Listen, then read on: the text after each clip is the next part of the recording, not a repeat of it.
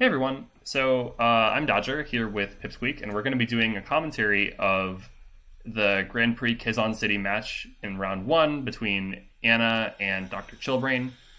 Anna is playing a kind of like Mardu Aristocrats list that is using a couple of the different tools for that archetype that were introduced in MSEM Masters 3. Chillbrain is playing a deck that Pip designed a while back called Blue Red Burn. You want to talk about that deck a little bit, Pip?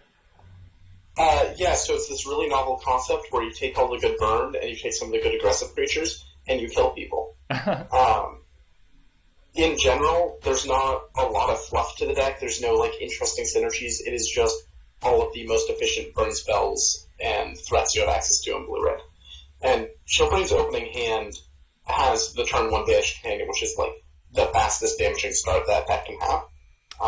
But it's also a tool that's very much a double-edged sword, especially when you're casting it off a pain land in an aggro mirror like this one.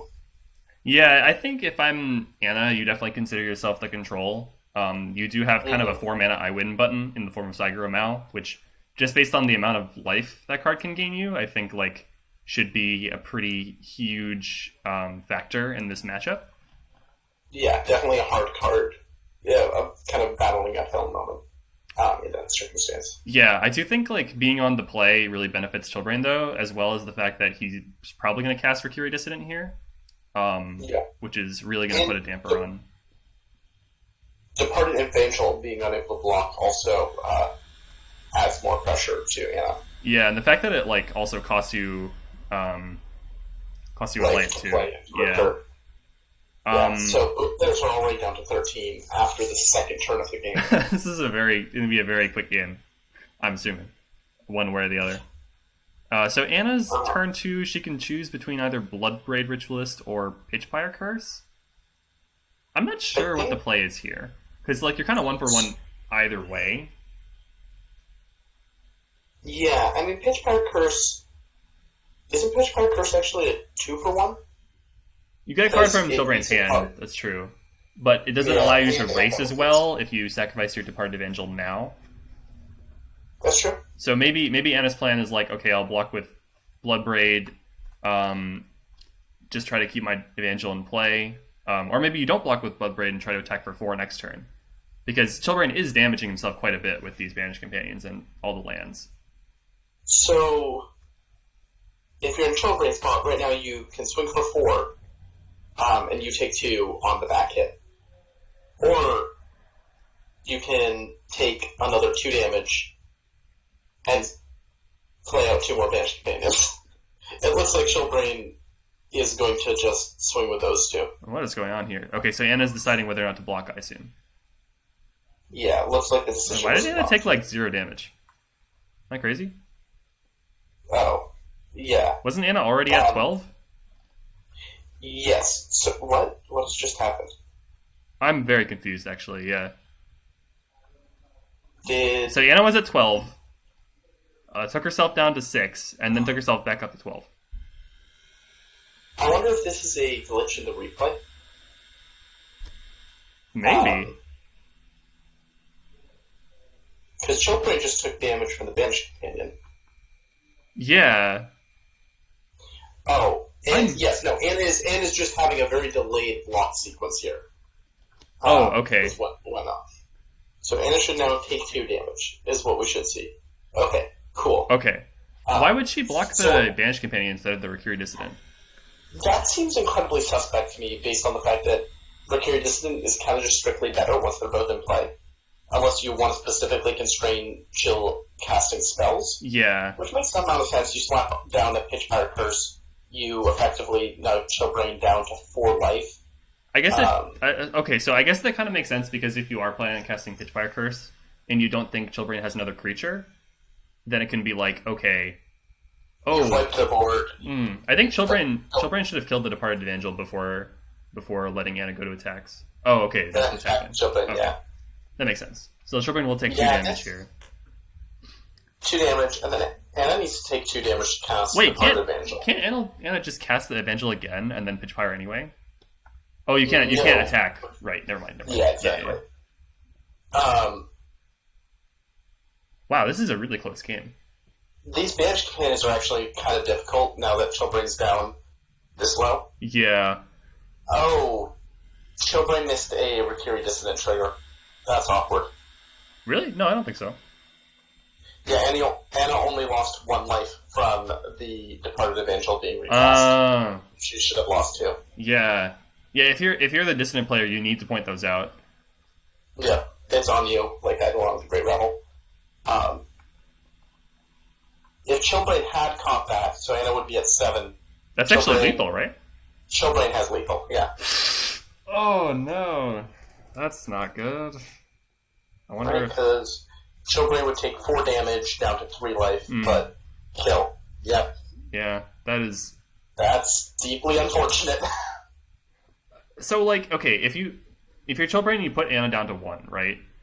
Anna can't cast any spells while the Dissonant's in play, but she can attack with the Pitchfire Curse, which is lethal. Yep. Yeah. Oh, that's so annoying. Like from Chillbrain's perspective, it's like you're so close. If you're Chillbrain, you can still Brazen Sack, kill the Evangel again.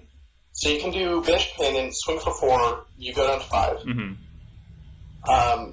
You can go down to 4 life to cast the Brazen Sacrilege. You also lose 1 life from Heist Headquarters, too. Yeah, that's what I'm... Yeah. You're right. So you'll go to 3. Yeah. But you still have the board clear, and it's still at 4 life. Oh my goodness. You still have it locked up. But unfortunately, Chillbrain is going for just short of lethal now and dies on the backswing. I feel like Chill has to... Okay, no, Chill's doing the Brazen Sacrilege on the Evangel. So, like, this is fine, but it doesn't stop you from dying to 4th line Psycho now. Yeah. Although you put Anna down... Well, Anna can just fetch a... Anna's at 4. I mean, this game's over, yeah. Yeah. You can just, Sharstone Rift takes you...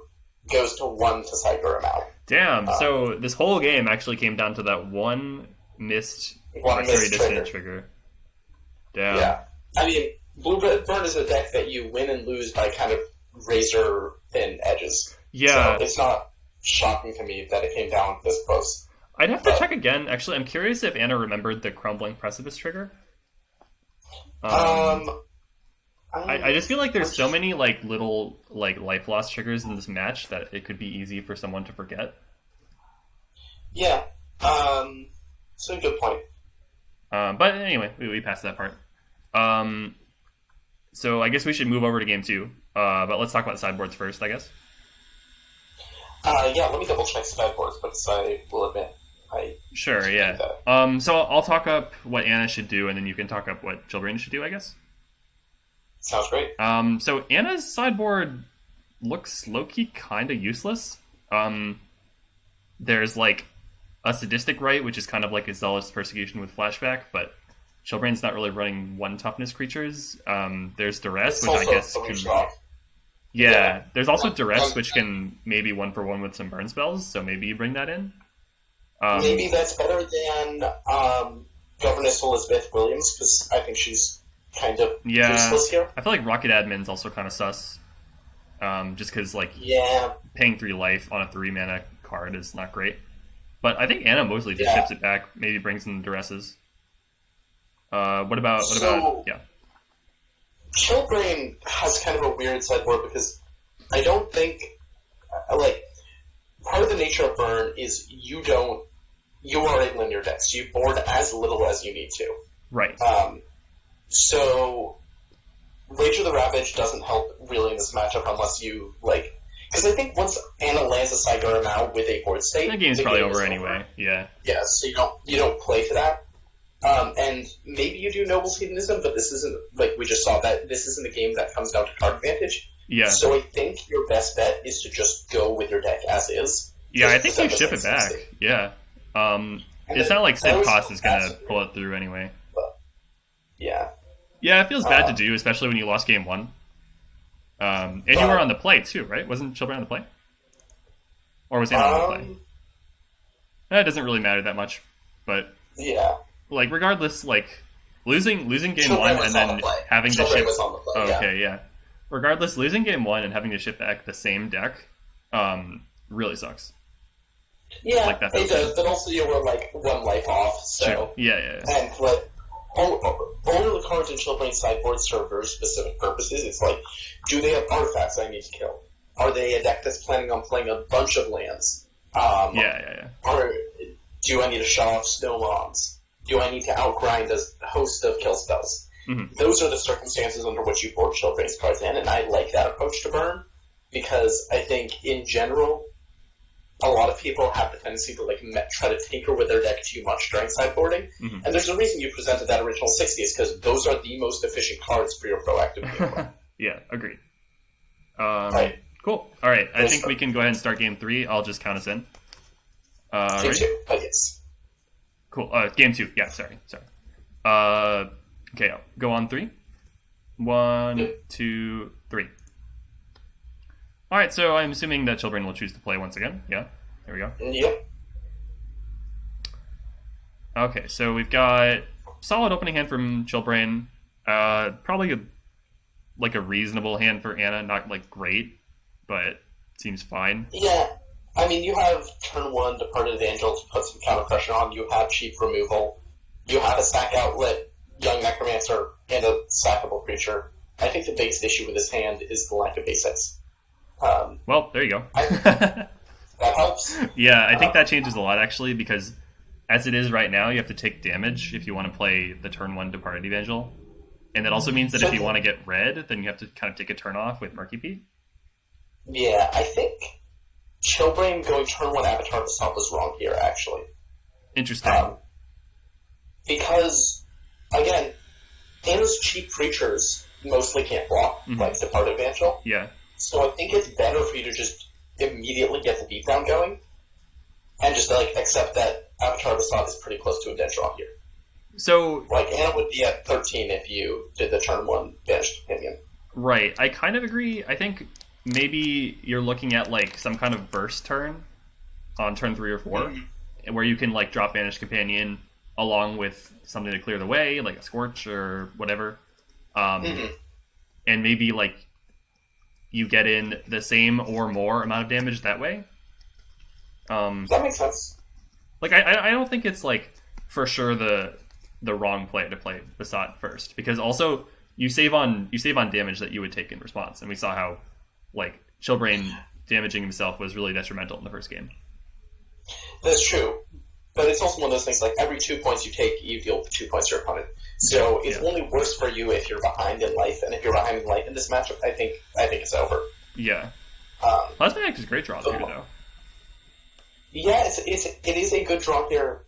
So the other reason why I don't like Avatar Basalt is Rakiri Dissident, which the initial hand was based around, is already a ground-based attacker. So it's not like you're actually stopping your opponent from blocking, and they would want to block your Rakiri Dissident anyway. That's true. So, like, Chillbrain's pushing... Yeah, if Chillbrain had the extra 2 points right now, well, Imjan Mother doesn't gain any life. So, 4, 5, 6, 7... Am I the only one that's surprised that Anna didn't block with the Young Necro? I am shocked Anna did not block that. I guess... So this hits for 4, and then you sack Departed Evangel. Wait, so my question here is, how is this game not over? Or rather, how does Anna win this game? Because Impan Mother and Young Necromancer together means Anna has 2 points of drain, then another 2 points of drain, then another 2 points of drain, so that's 6 points of drain right there. So that's why she didn't block, because she knew she'd have lethal. Yeah. Damn, so yeah, actually, like, does Chillbrain going turn 1 Banished Companion change the clock at all, or does Chillbrain just lose this game no matter what? Like, is the correct play for Chillbrain to, like, Scorch the Young Necro or something? No, see, so if Chillbrain had done turn 1 Banished Companion instead of that turn casting Banished Companion, he would have spent the 1 mana instead of Avatar Basalt, would have spent the 1 mana on Scorch. Oh, that's true, and the game would be over. Yeah, because Anna is going to take 1 damage off Arctic Mine, 1 damage off Departed Evangel, 1 damage off casting it. Oh my goodness. So, would be at 1 life. So, I mean, this is the thing. Like, Burn is one of those decks that people are like, haha, deck brainless, you just turn sideways. But you really need to be very, very careful with how you're sequencing your burn spells and your aggro creatures. It's kind of like... Yeah. I was just going to say, it's kind of like, since you're making fewer decisions, the decisions you are making are way more important. Oh, absolutely. Yeah. And it's one of the things, like, you are a deck designed to win on the smallest margin possible and to end the game before your opponent has a chance to get in it. You don't have a comeback mechanism. If your opponent stabilizes at, like, 12 life, you've lost. So you need to get them as close to dead as possible, and the only way to really beat these burn style decks is to not only gain life, but also have a source of pressure to kill them before they can burn through the life you gained. Right. And I think that is very interesting. Like, I always thought of Banished Companion as pretty much just a better Goblin Guide. But I think we see that there are matchups where Banished Companion can actually be like a necessary liability. Yeah. Like, it's not like you can cut the card, because it's like, it's the point of your deck. But it's also like, there are very big risks to running the card. I think the correct way to look at it is it's less a Goblin Guide and more of a worse version of Sulfuric Vortex. Yeah, that's a good way to think of it, yeah. Obviously, Sulfuric Vortex is good, but you're taking a big risk if you're running a bunch of those sorts of effects. Mm-hmm. Especially because if you're playing a deck that needs to reliably have access to blue mana on turn 2, and you can't afford to have a land come tapped, you're going to be taking a lot of damage for your mana. So, in both those games, DrChillbrain lost something on the order of, like, 2 to 6 life from lands. I kind of wonder and both if, those like... games were resolved at similar life amounts. Yeah, I kind of wonder if, like, the mana base could be tinkered with to make you take less damage. Almost certainly. Yeah, I don't know, like... I'm not sure I like that Heist Headquarters makes you lose life mandatorily, because it kind of feels like it doesn't even matter with the Investigate, because I've never seen that deck, like, get flooded and then, like, draw out of it, because you have to spend 3 mana, actually 4 mana, and sacrifice a land to get the card. Like, that feels really tough to me. Yeah, I buy that. I also think that... So, currently the deck runs 12, 14, 16 blue sources. Mm-hmm. And I believe... Is that the correct number? It only needs 13. So it can afford to cut 3 of those blue sources with 0 risk. Yeah, that makes sense. Maybe there's some tinkering that can be done there. I don't know. Maybe the deck, like... Actually, I was literally about to suggest, like, Relora or something, but I don't think that really... You don't want... No, that's troll. That's troll. Yeah. I did build a Relora deck that used Banished Companion and Recurry Dissonant, but that's kind of neither here nor there. Indeed. Yeah. Overall, I think DrChillbrain's deck is obviously very powerful. It's been a mainstay of the meta for months. So DrChillbrain definitely still has a shot in this GP. Just has to dodge decks that can race, more or less. And I think Anna's deck seems very good. I'm definitely scared of facing off against it. Although I'm equipped with counter magic, so hopefully that seems like a decent way to beat Aristocrats. We'll have to see how it goes. Mm-hmm. Cool. Well, thanks for joining me, Pip. Any final thoughts? Yep. No, I mean, I think both players played fairly well in that matchup, and I think both those decks are very scary aggro decks. And I also think those sorts of matches and the speed at which those decks put out damage should really help players recontextualize, both aggro isn't dead, aggro is still very strong in this format. Every so often people start saying that it's dead. Just watch those decks in action to see why. And also, these are the sorts of decks that if you want to respect these decks, your decks need to end up being built in specific ways to be able to answer these turn 1, hey, if you don't kill me, I'm probably going to deal you 6 damage, you're going to die, style threats.